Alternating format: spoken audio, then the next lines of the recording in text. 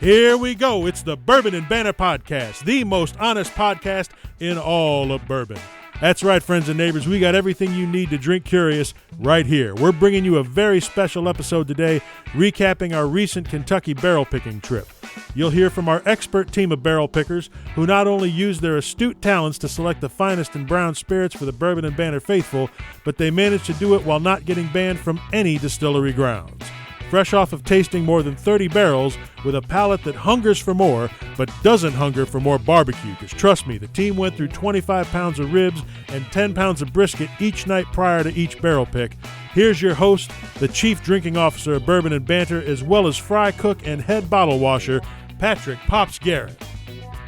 All right, folks, welcome to a very special edition of the Bourbon and Banter podcast. Today, we just finished a couple private barrel picks. If you've been following us on social media, you would have seen what we were at today. But we thought it'd be a great time, that since we've got a lot of us together, to kind of break down what it's like to actually go to a private barrel pick, a little behind the scenes, if you will. So today, I am joined by Erin Petrie. What's up? Brent Joseph. Thank you for having me. Always, Brent. And Jim Knudsen. I'm here. All right. He's awake, too. That's right. So that good disco nap hit. That's Hurry right. up, Grandpa. Seriously. I'm going to trademark that shit right away. So we just finished day two of, we visited 4 different places, picked 6 different barrels. Day one, we visited Barton, 1792. Then we headed over to Four Roses and picked 2 barrel strength single barrels. And today we started off at Limestone Branch and then followed by Luxco, where we did a Rebel pick and an Ezra Brooks pick. So those will be coming to the market soon. But I'm going to go ahead and start this off and with Erin, because she's middle on her phone typing. So I thought this would be a good thing to break that up and say, what was, when someone asks you about a private picking experience, what's the first thing that comes to mind? How do you describe it to people? Yeah, so first off, I'm on my phone trying to keep up the Bourbon and Banter Instagram presence to round out the day. Fantastic. Yeah, so make sure if you are not following us at Bourbon Banter on Instagram, please go ahead and do so. It's a lot of great content. Wait, what was the question? When people ask you to describe a private barrel pick, how do you describe it to them? Yeah, I mean, so, at the outset, right, people mostly look at private barrel picks and they think, oh, that must be some really good stuff. Like, it must be the best stuff. And, it depends on the palate of the folks who are choosing it, right? Because, anyone and their mom could go in there and just be like, lick your finger and stick it in the wind and be like, yep, that's it. But when we do ours, for instance, what we do is, so we go in, there are a number of samples out on the table. It's actually a fairly quiet experience at the beginning, which is funny for this group especially.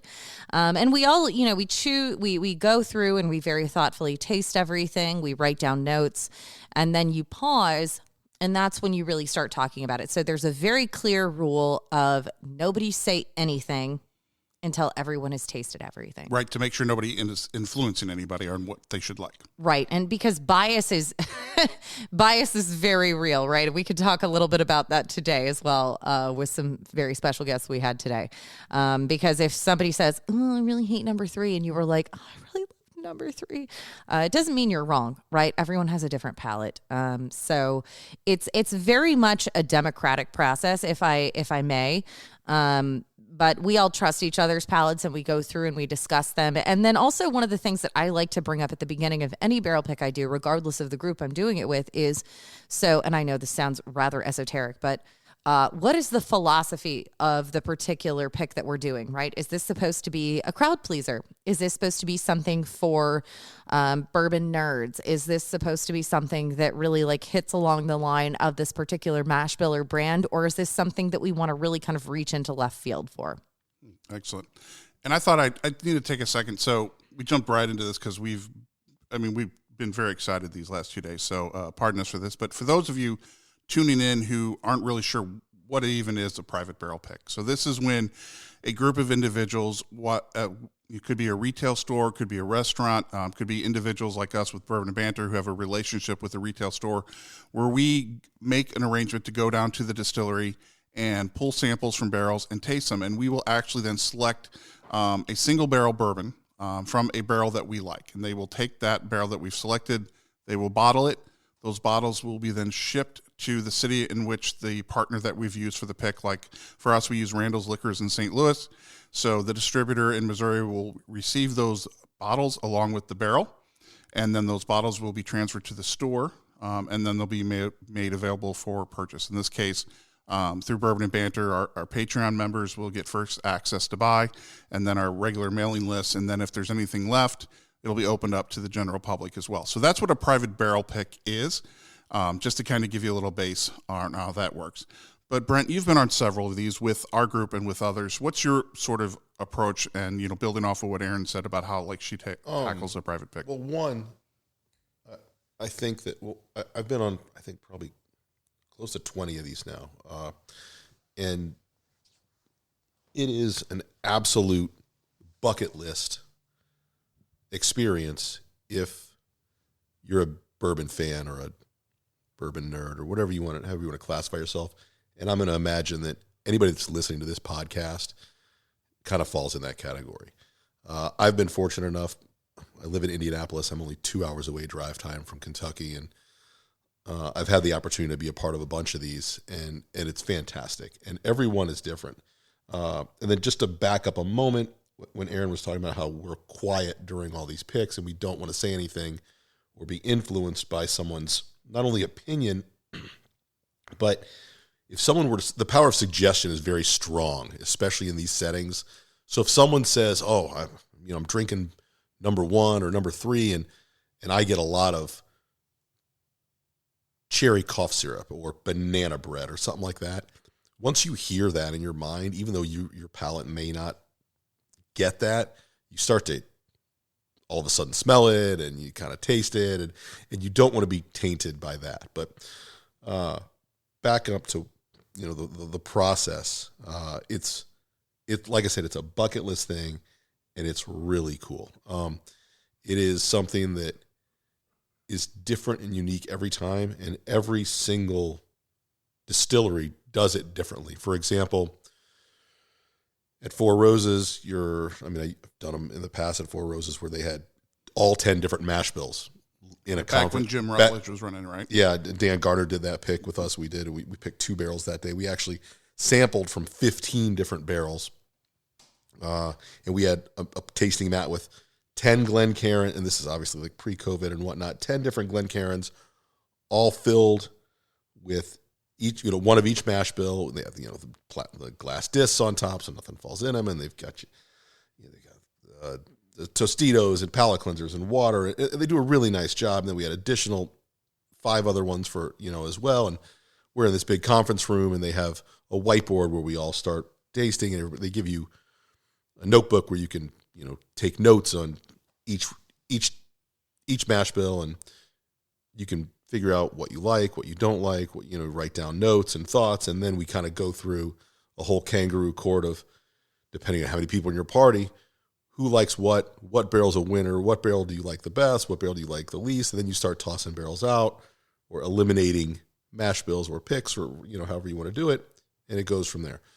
Also, you get to the point at some places like Wild Turkey, you do it right in the rick house, where we walked around with Eddie Russell pointing at barrels that were laid out for the day, and he pulls a drill out and drills right in them. And that was pre-COVID, though. That was again, like everything's pre. Well, I mean, this raises a good question. So we started our 2 days of pick with Barton 1792, and they did take us into the warehouse, right? And they opened the barrels, but they still allowed us to thieve it out, right? To put the copper thief and pull the samples out and pour glasses.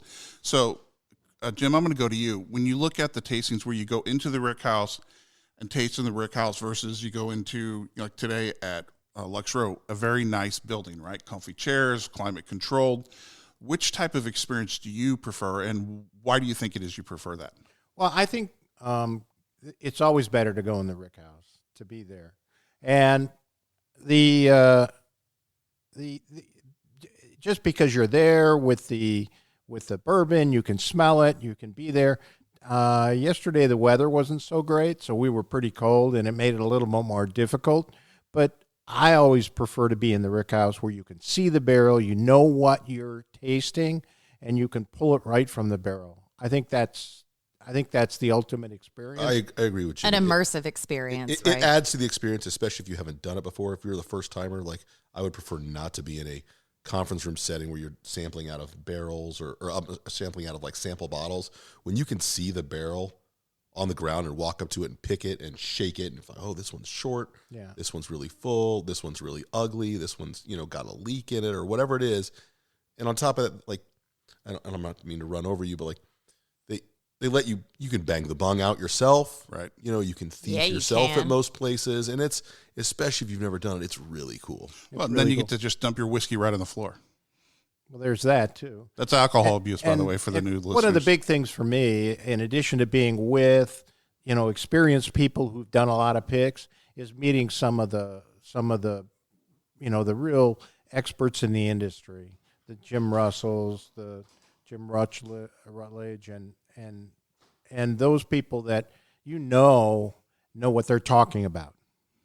Well, speaking of Jim Rutledge, I think that's what Erin was talking about, special guest today. So we went to Limestone Branch this morning, and Erin did a huge solid for everybody on the team. She had reached out to Jim Rutledge, said we were going to be in his neighborhood, and asked him, and extended an invitation, if you will, to join us for the pick. Now, for those of you who know who Jim Rutledge is, former master distiller, legend at Four Roses, right? Saved Four Roses Distillery.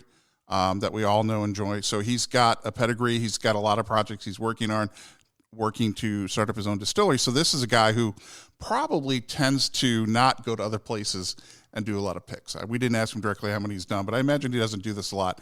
And he accepted. So we showed up today, and Jim joined us, which was amazing. So we actually got to sit down today, do the Limestone Branch pick with Jim Rutledge as part of us. Now, we made sure Jim didn't chime in to after we expressed our favorites, but I think the whole team will say that we were all pretty spot on with what Jim was picking as well. But I would like, Erin, why don't you kind of explain to people how different the Limestone Branch pick was and the sheer enormity of what we faced?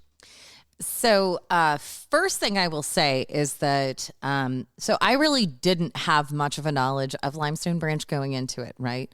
I knew they were one of the first folks on the craft trail. And as you guys know, if you are consistent listeners to the podcast, a craft shoot is a crapshoot, right?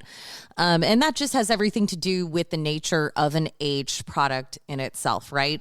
Time is the most expensive as well as the least controllable ingredient in a whiskey. And so, craft products can be across the board. Now, all of the stuff from Limestone Branch at present is sourced. They were recently acquired by, with Luxco, by MGP.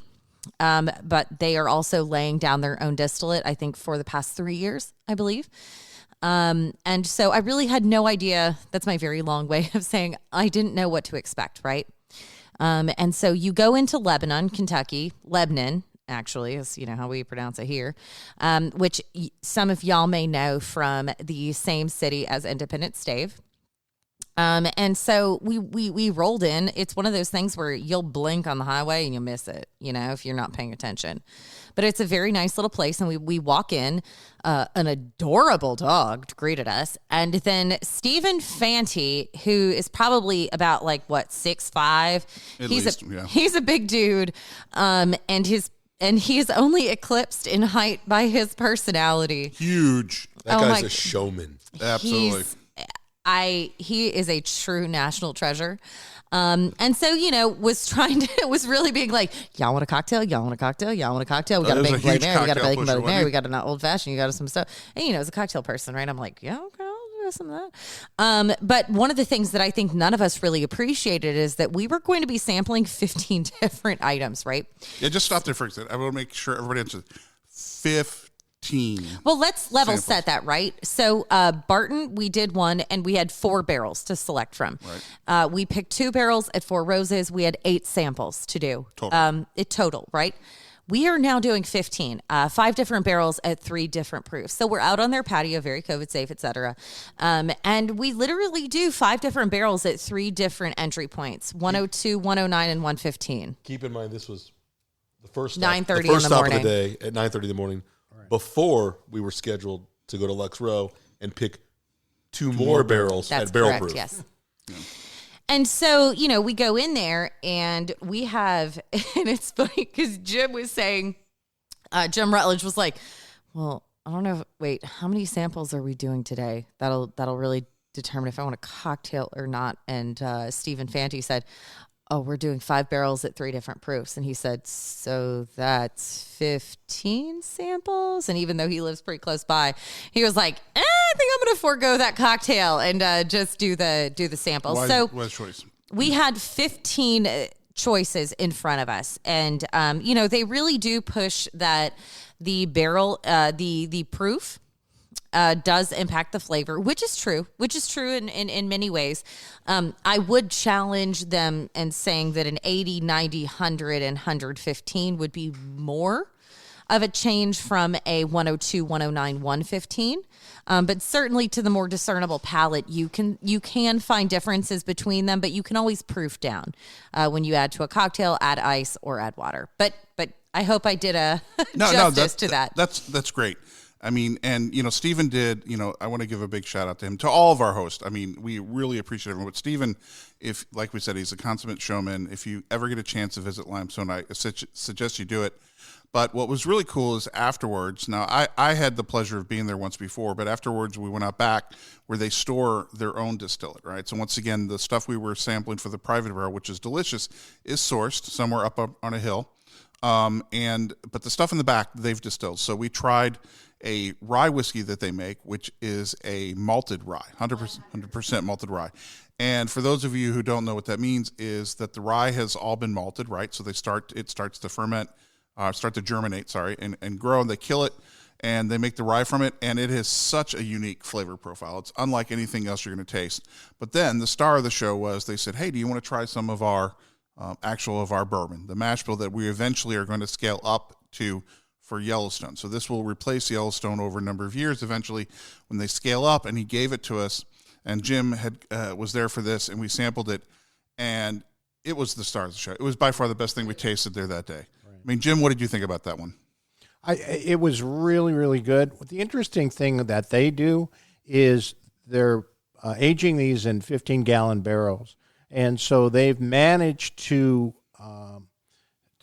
proof the thing appropriate for the barrel, so that you're not getting the over oak, you're not getting a short barrel flavor from it, and it actually tastes like a 4-year-old bourbon that's been aged in a big barrel. It was really fine. It looks like it's gonna come out really good. Yeah, I agree. It was astounding. You would never guess that came from a small barrel. And then obviously the kind of the crowning thing was when Jim tasted it, he was like, this is the best thing going on. So even he confirmed it. And he was visibly impressed by it, right? Absolutely. And you can, okay, so if anyone has not met Jim Rutledge, I will just go ahead and say that I think he's probably the nicest person I've ever met in my entire life. He's a mensch. He's a true mensch. And no, he was very visibly impressed. But, Jim, going off what you were saying is that, so the 15-gallon barrel, that's something that other places like Buffalo Trace tried to do and didn't really necessarily get it right. It can be very gimmicky, but they did it really well. And I'm incredibly impressed. Yeah. I'm incredibly impressed. When I saw those small barrels, I went, oh, good. Yeah, I know what this is going to be. And I was absolutely wrong. It's good. It's good when you're wrong, right? Because then it tastes delicious. See, we're not just assholes here at Bourbon and Banter. We admit when we're wrong. We can be surprised. Hey, we found a Texas whiskey that didn't suck, right? Yeah. After all. Oh, you broke a clock strike twice a day, right? Right. Yep. Like Erin said, I went into today's pick at Limestone Branch with low expectations because. You don't hear people talking about it. I'd never been there before. I didn't know what to expect. And I was pleasantly surprised by our pick. And I was extra surprised when I walked out of the bathroom after an hour-and-a-half car ride and saw Jim Rutledge standing there. And immediately, even with his mask on, I knew who he was. And we were the only ones there at the time. And I knew Erin had a connection with him and had developed a relationship with him over the years, over email and stuff. And I was like, oh man, like we're at Limestone Branch and we're tasting we're picking barrels with Jim Rutledge. Like, I mean, he is definitely like, he's up there, the pantheon of like bourbon legends, you know, with the big time guys.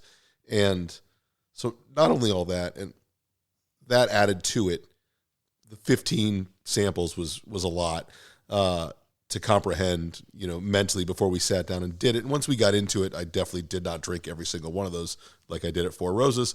But with refills. yeah. I was pleasantly surprised, but I was blown away after we did the samples and we picked our barrel. I was blown away when we went back to the aging container. The Connex Yeah, container. the container that they had those 15-gallon barrels in. And when they thieved that and poured us that little bit of that, I was amazed at how good it was. Right. And I thought to myself, like, this is the best shit of the day. Like, hands down. Even though it was only 2.5 years old. It's like, oh my gosh, like, I want this. And then I kind of whispered it to you. And you kind of like nodded, like you agreed with me.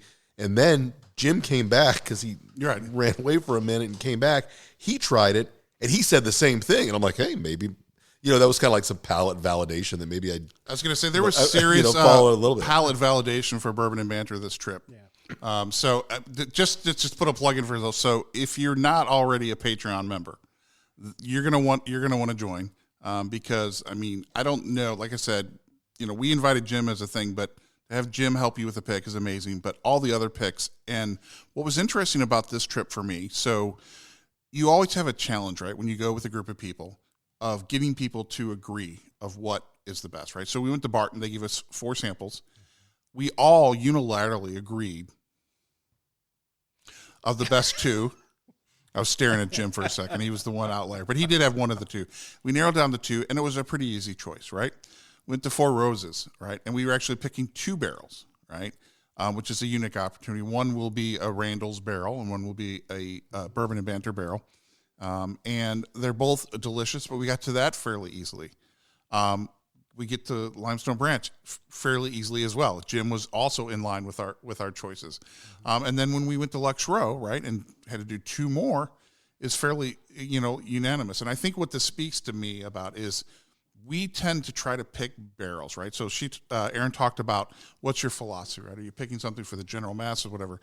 We definitely veer toward picking for people who are a little bit more of the bourbon aficionado, someone who enjoys something either a little more intense and rich and flavorful or something that's unique, that is a true variant of what you can get off the shelf. So I think all of our picks fall into that category well. So if you're into that, you're going to do it. For those of you who want 80 proof whiskey, these aren't for you. But for those of you who are looking for those rich, bold, flavorful, unique things, you're not going to go wrong with any of these barrels. And they're going to come out through various times of the year, and we'll keep you, updated on when they roll out. You know, we didn't discuss this going into the picks. We didn't have an agenda. We never discussed, hey, what are you looking for? And I don't know if we were supposed to or not, but I don't know. Like, did you have an agenda of what you were looking for? Like, did you know, like, oh, hey, I want something high proof or I want something with a high rye content? Because I didn't. No, I mean, for me, all I go into is I want something that's robust. Okay, and if it's 120 proof and it's robust, great. If it's 110 and fits it, I want flavorful, rich. You know, for me, if you visualize it, right, it's something that leaves legs, thick legs on my glass, right? That's what I look for from the visual aspect of it, and I want something that's rich and has a medium to long finish. So for me, I like that as well, but I want something I want to drink. Mm-hmm. I want something that I'm going to want to go back to. I'm going to grab off the shelf. But it's for me. And I like high proof stuff, and I gravitate towards that. But if something jumps out and it is like just caramel smooth sweetness, vanilla chuggable, if it's something that is kind of off profile as far as... That will not be one of our barrel names. We're not going to call it vanilla chuggable, but if anybody else wants to make one, free reign, go for it. We're not going up to that. Why today. Not? We don't have... Anyways.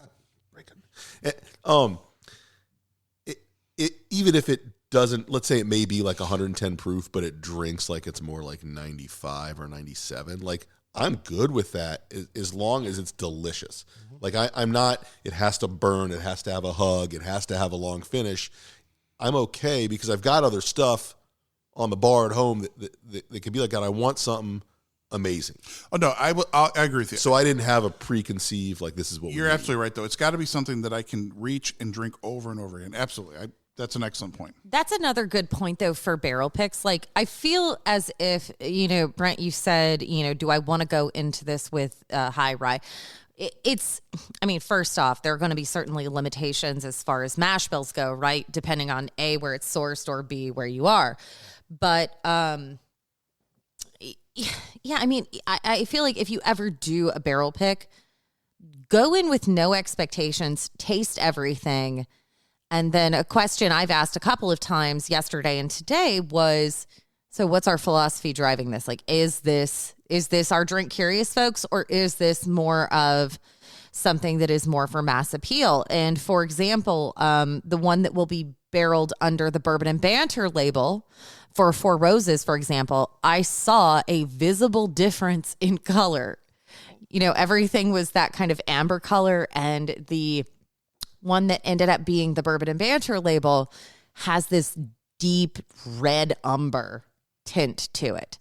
And same thing with some of the ones that we looked at Barton, for example. First off, it was early in the morning and it was cold and I did not wear socks. I was wearing flats, right? I'm not an animal. Yeah, I know. I should know better. But, I picked up the sea glass, which actually ended up being the one we picked. And I just looked at it and I saw the intense viscosity in the liquid. Legs on the side of the glass. Well, yeah, it's not even, but it wasn't even that, right? It was thick cold. I actually, too. no. So really think cold. of it, if you have a jar or a bottle of simple syrup, right? Give it a swirl and you can actually see the little bits of sugar kind of rolling around, right? Because there's more of a depth and there's more of a weight to it, right? And so for me, that C, because it was also cold, that sugar started to kind of solidify some. So I could actually see that visually in the glass. So that, maybe the visual also pushed me over the edge, for bias, but you drink of something 3 times, right? Once with your eyes, second with your nose, and then third with your palate. Well, so I want to throw this out. This was an interesting challenge, right? So we're in COVID times, right? So they had a socially distanced, but in most cases we had plastic glassware, right? Yeah. Horrible for nosing. We were in cold temperatures, horrible for nosing. So the question I have for you guys is, how did you feel about that? It's challenging, right? Because you said you drink 3 times, right? But a lot of the nosing was hindered. It definitely was. So at Four Roses, for example, at Barton, it was fine because we did have 4 glasses. But cold as hell. Come on. It was so cold. It was so cold. They weren't Glencairns, but they were good enough. Yeah, but they glass. had They're probably a chimney. the best of the trip, right? They had a chimney shape, right? And so you could, and I found myself walking to the end of the rick house, in a corner. Y'all saw me wandering around like a crazy person.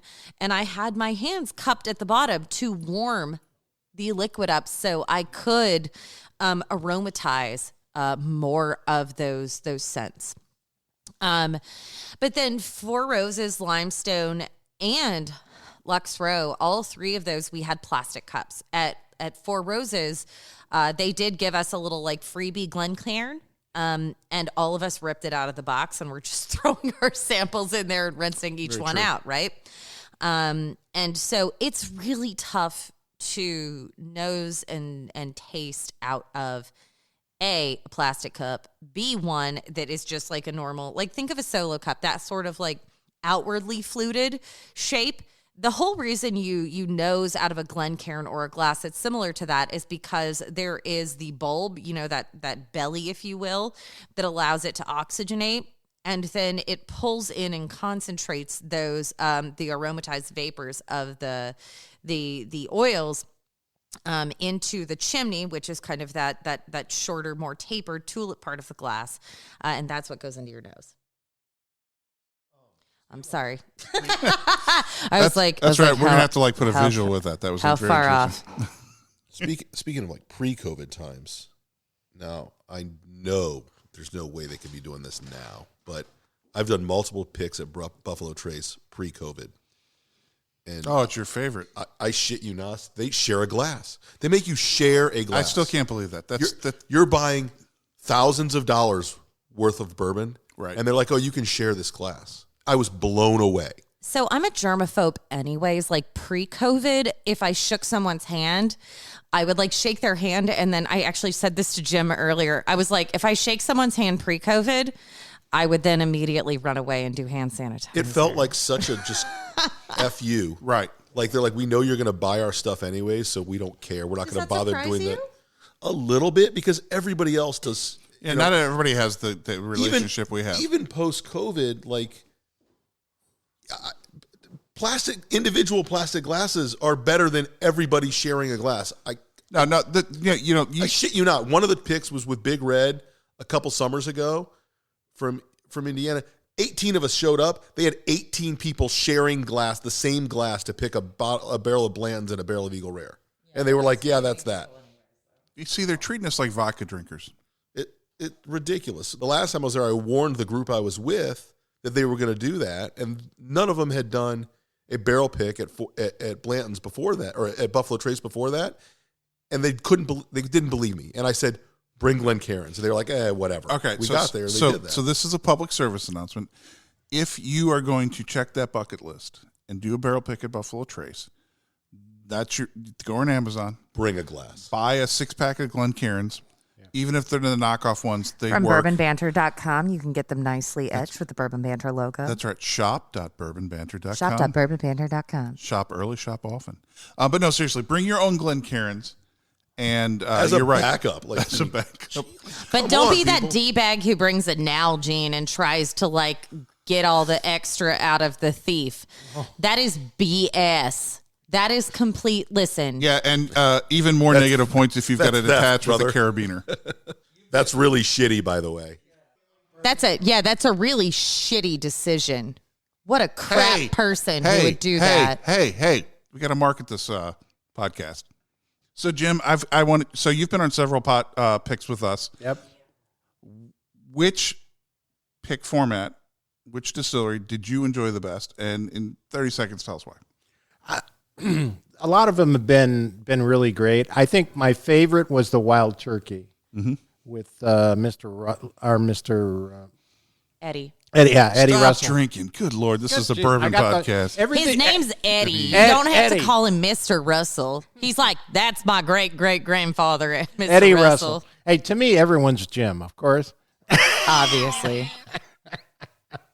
So that was my favorite. It was one of my first. We're in the Rick House. We're picking barrels.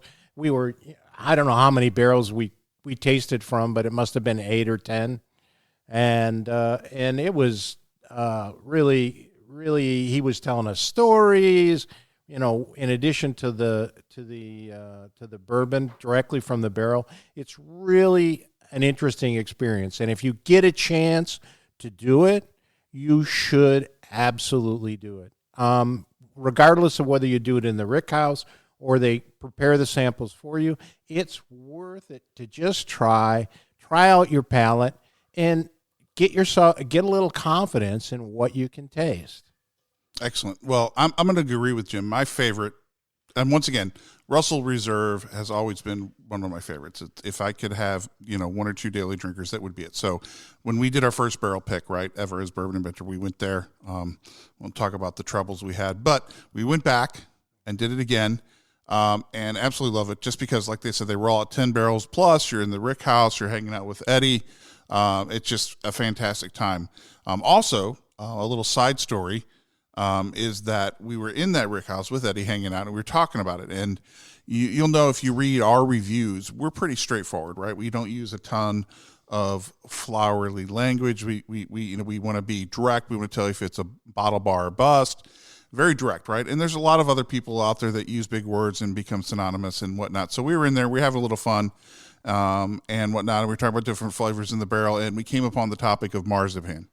And there's, some people who taste marzipan and everything. It's kind of a running joke with us.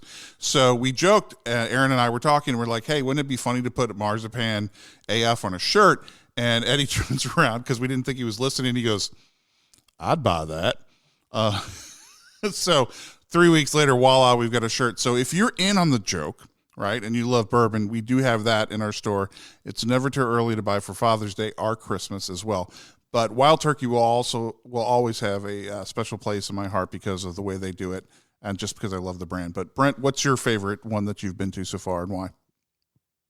My first one ever was an old school Four Roses where I said, look, it had all 10 recipes and we had a bunch of us together. That one was really special. But again, I agree with you guys.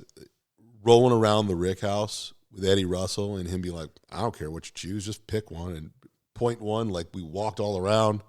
Hey, how about this one? Oh, hey, how about this one? We're wandering around, throws a drill in it and gets after it, like thief it right there and just move on to the next one. Let's try another one. He writes it down in his notebook and moves around. Like that was really, really cool. Like the interaction with someone that is of that stature and with the history of the brand and actually and bourbon behind him is way different than some 23-year-old, youngling that has walked me out to the Knob Creek warehouse and we taste a couple and we move on from there, right? It's all cool and it's all fun, but there's a night and day difference of experience and interaction if you can appreciate it. And oh, by the way, after the pick, we go and he brings us up to a special barrel of rye. Oh, the rye, yeah. Oh my! And it was probably the best rye I've ever tasted. Yeah, that was his barrel that he sends out for Christmas gifts, right? I believe so. Yeah. I think he said it was it Freddie's, like his son's Freddie? Yeah, Freddie's. Yeah, no, Freddie's his son. Yeah, he said like that's like the barrel that he just goes and thieves out of. And right, exactly. It's kind of like his secret like stash barrel, and he happened to come across it, and he's been dealing with it type deal. Right. So Erin, okay, so we need to know which was been your favorite and why. Yeah, I mean, obviously, I grew up in Lawrenceburg, and so I'm particular to Wild Turkey as well as Four Roses, even though we were at Cox's Creek this time, which is Bardstown, right outside of Bardstown. But I am a Russell, so I mean, probably not of that particular line, but whatever. So that was super special, right? And That's I your will. Baby daddy? Baby daddy? Yeah, hey, what's up? And I, maybe the fact that I brought a ton of Dough Daddy's donuts also made it a little bit more special to everybody. If you're ever on the Bourbon Trail, do make sure to check out Dough Daddy's donuts right before you get on the Bluegrass Parkway. Not a sponsor of this podcast, but it should be. No, they're great. But no, I mean, so no. What, Brent asked for more bourbon? I know, right? No, I've been eating Dough Daddy's donuts since I was a baby, so. But no, I mean, I think that what Brent and Jim also said was that I think the most important part of an entire barrel pick is a connection with the brand and the legacy behind it, right? And so having samples shipped to you is one thing. Having the opportunity to chat and talk to people who are part of the brand and who care about the brand so deeply is completely different. So that's really, to me, what makes it special. Well, see, you that's an awesome segue because I was just going to bring this up. So a lot of people may not be aware of this, but a lot of retail stores, right, just because, most liquor stores don't sell just whiskey, right? They sell a lot of things. So when they do private barrel picks, they can't always send someone down to do picks, right? If they're into whiskey, they go, right? So you're going to find retail liquor stores that are very much into whiskey. They go down, they personally pick their barrels. They're very passionate about it. But you have others as well that aren't, and that's okay. But I think what you need to do, since we talk about everyone drinking curious, you need to understand whatever your favorite liquor store is, do they go out and personally pick the barrels? Because if they do, then you start finding out if you like their palate, right? Because once again, when we do reviews, one of the reasons Bourbon and Banter has so many people contributing content is because we want diverse opinions, right? You may like my reviews and say, you know what, every time Pops says something is good, I agree with him. And every time he says it doesn't, he's right. But you know what? You may also agree with Jim's reviews and say, you know, I prefer what he says about it. So you find someone. So go to your liquor store and ask them before you buy a private pick, say, hey, did you physically go down to Kentucky or wherever it's from to pick this, or did they mail in the samples? And hold them, get a question, because then when you taste it, right, if you like it and they did pick it, then there's a good chance you're going to like the next thing that they pick. If they just had it mailed in and you like it, just remember that the next one they pick that same way, you may not like. So once again, just understand what the process is and align your expectations accordingly. And the other thing is as well is consider the format of store that you're purchasing from, right? So I know for a fact that there are stores out there who go in and purchase, 24 barrels at a time, right? Absolutely. And they only have one person on their tasting panel who are tasting almost 50 barrels in one setting. And let me just tell you from personal experience, and I'm sure everyone else in this room will echo this, is there is a real level of palate fatigue that happens after, the first dozen or so samples. You stop being able to appreciate the nuances. You stop being able to really pick up on what's good, what's not. And not saying any of these are bad. It's just saying that, one is more special than the other. So if you are purchasing from larger outlets, ask them, right? Say, who's on your tasting panel? What else have you picked? How often do you do picks? And the number of barrels at a time is key. It is really key, because if someone is doing one person panel and tasting almost 50 barrels in one sitting, if a particularly good barrel hits towards the end, maybe it's glossed over just because of the limitations of the human palate. Absolutely. Yeah. One of the things I've talked to a lot of people who claim not to have a good palate, not to appreciate the nuances of the taste of bourbon, and the key is time. And I tell them, just take your time, think about it, take your time, like Erin says, taste with your eyes, taste with your nose, taste with your mouth, and take that time. And it's amazing how much nuance, how much different flavors people can pull out of it if they just take time. When we taste barrels, it takes a good long time to do.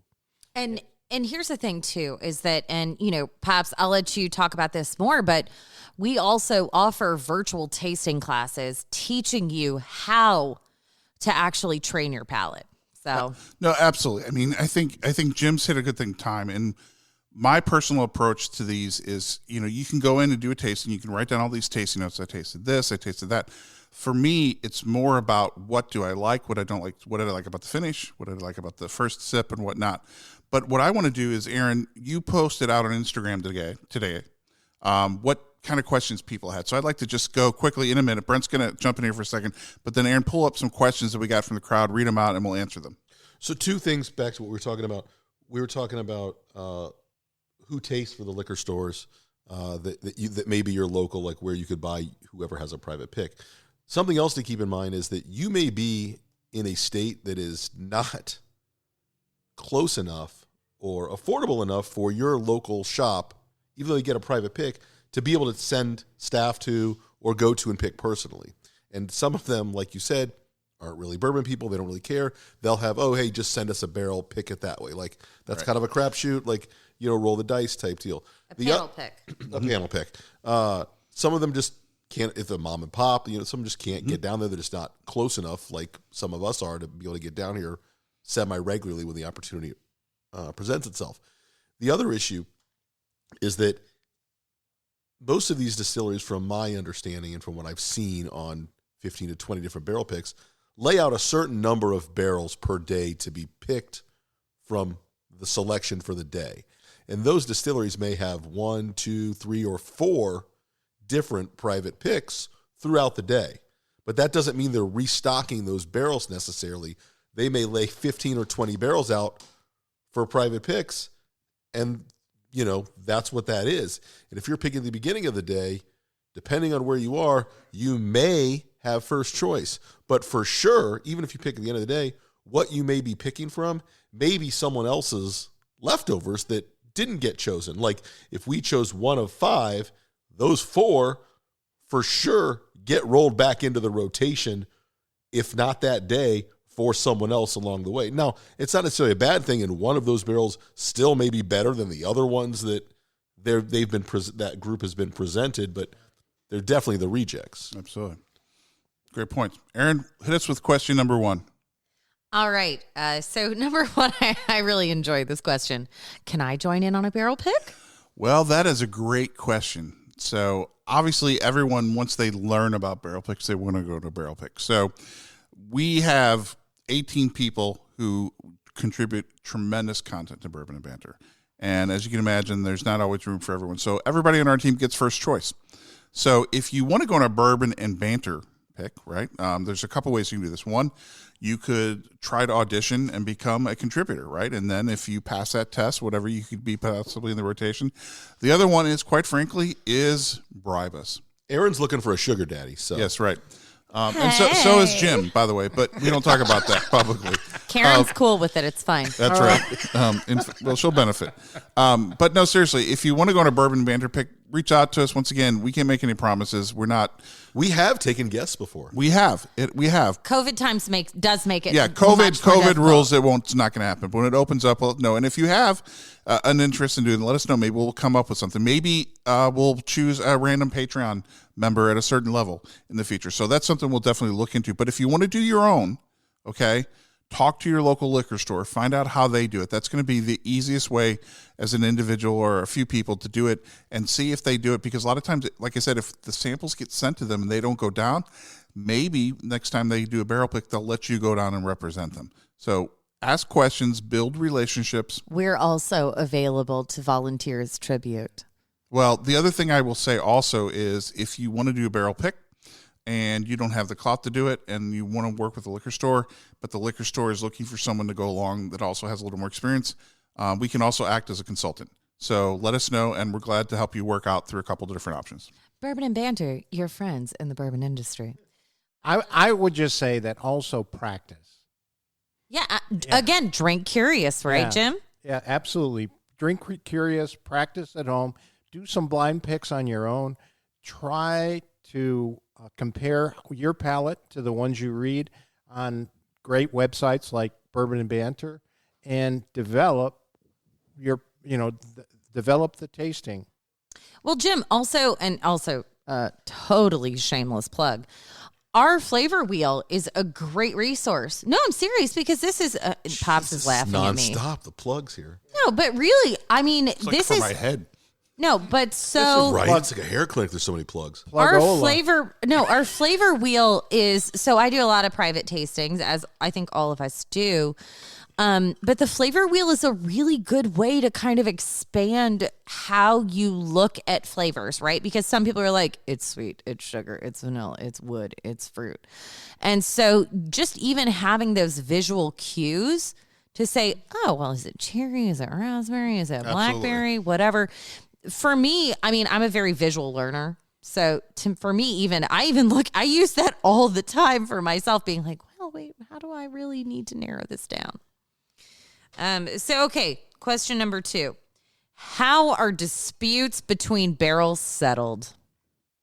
Well, I'll tell you that I was the outlier at Barton, and I'm absolutely willing to admit when these other people are wrong. You're very gracious, Jim. Thanks, Grandpa. Well, that's, you have to be willing to like how good is it that you're willing to argue?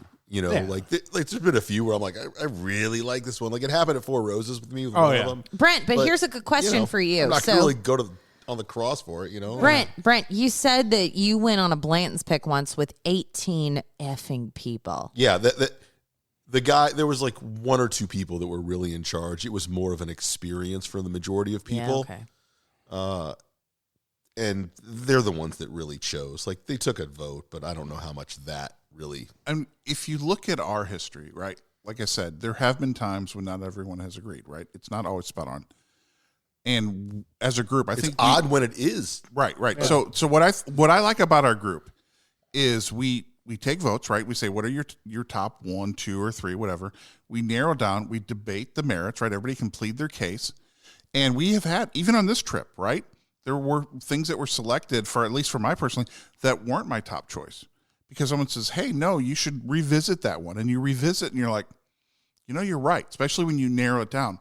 So for us, there haven't been any, deep down, knockdown, drag out fights, but everyone has to come with a reason. You can't just say, I like that one better. It's got to be, I like this one better because the finish is longer, it's more intense, gives me a Kentucky hug, or I like the sweetness on the front, and I like the spice in the mid palate, whatever it may be. So we just expect everyone to come to the table willing to defend what they're tasting in a way that makes sense, and then everyone to have an open mind, once again, that whole drink curious, approach, and try something again and with an open mind. And we then resolve it. I mean, I'm really impressed, quite frankly, of all the picks we've done. It's all been relatively painless. I was surprised. This trip, there was, at all the picks we did at 4 different distilleries, 6 barrels.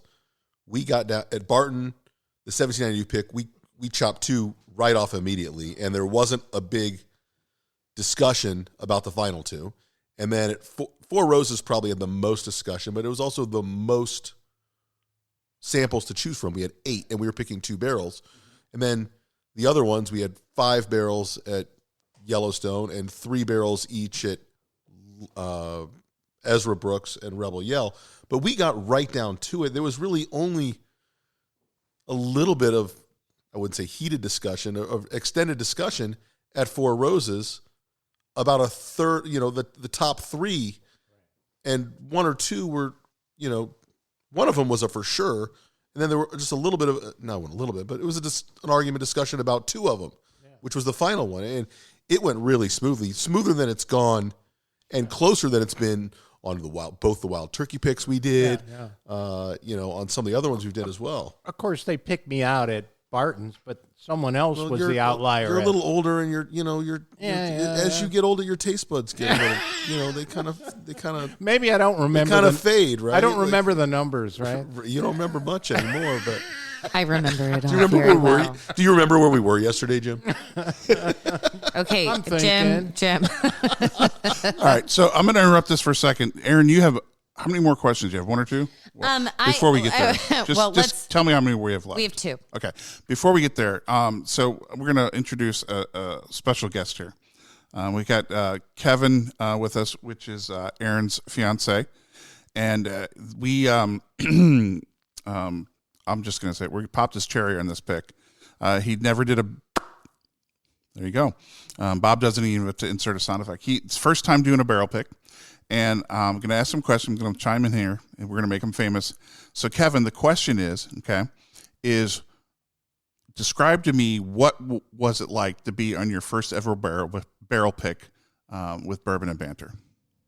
Well, I think it was super exciting. In addition to the company, when you just look at the barrels as they open them, and there's actually still the charcoal, like charred sediment at the bottom of the bourbon, I just think that was extraordinary. And the flavor crystals. The flavor crystals were incredible. It was Crystal Light on steroids and also very charred. And I think that just seeing the way that the bourbon thief sucks up some of that juice straight from the barrel, goes right into your glass, was definitely one of the most exciting bourbon experiences I've had in my life for sure. And I think that it was so obvious between the barrels, which were quote unquote short, which was something that Brent explained to me as we were in the middle of the tasting, and which of them had been a bit more concentrated. And I think that I'm not sure if we're at liberty to discuss the barrels we chose, but that first one from 1792, it was just clear that there were 2 winners, that one still had quite a bit of juice in there, really hadn't condensed the flavor.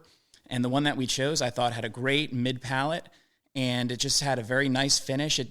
Brent mentioned that it didn't necessarily have that long Kentucky hug, but that mid-palate just really made up for it. Super flavorful, very delicious barrel. Well, we were glad that you could join us for it and everything. So hopefully we'll get to do this again with you as well. So we want to thank you for coming. Thank you for having me. All right, Erin, let's round us out with a couple last question or two.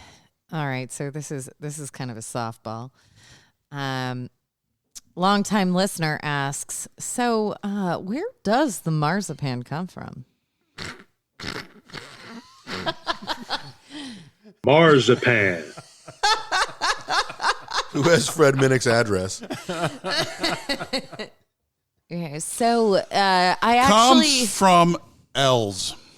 So I got some flack yesterday at Four Roses for indicating that a barrel tasted of orgeat. Are you fucking kidding me? Those who are in the cocktail community will know orgeat as a very common ingredient in tiki drinks.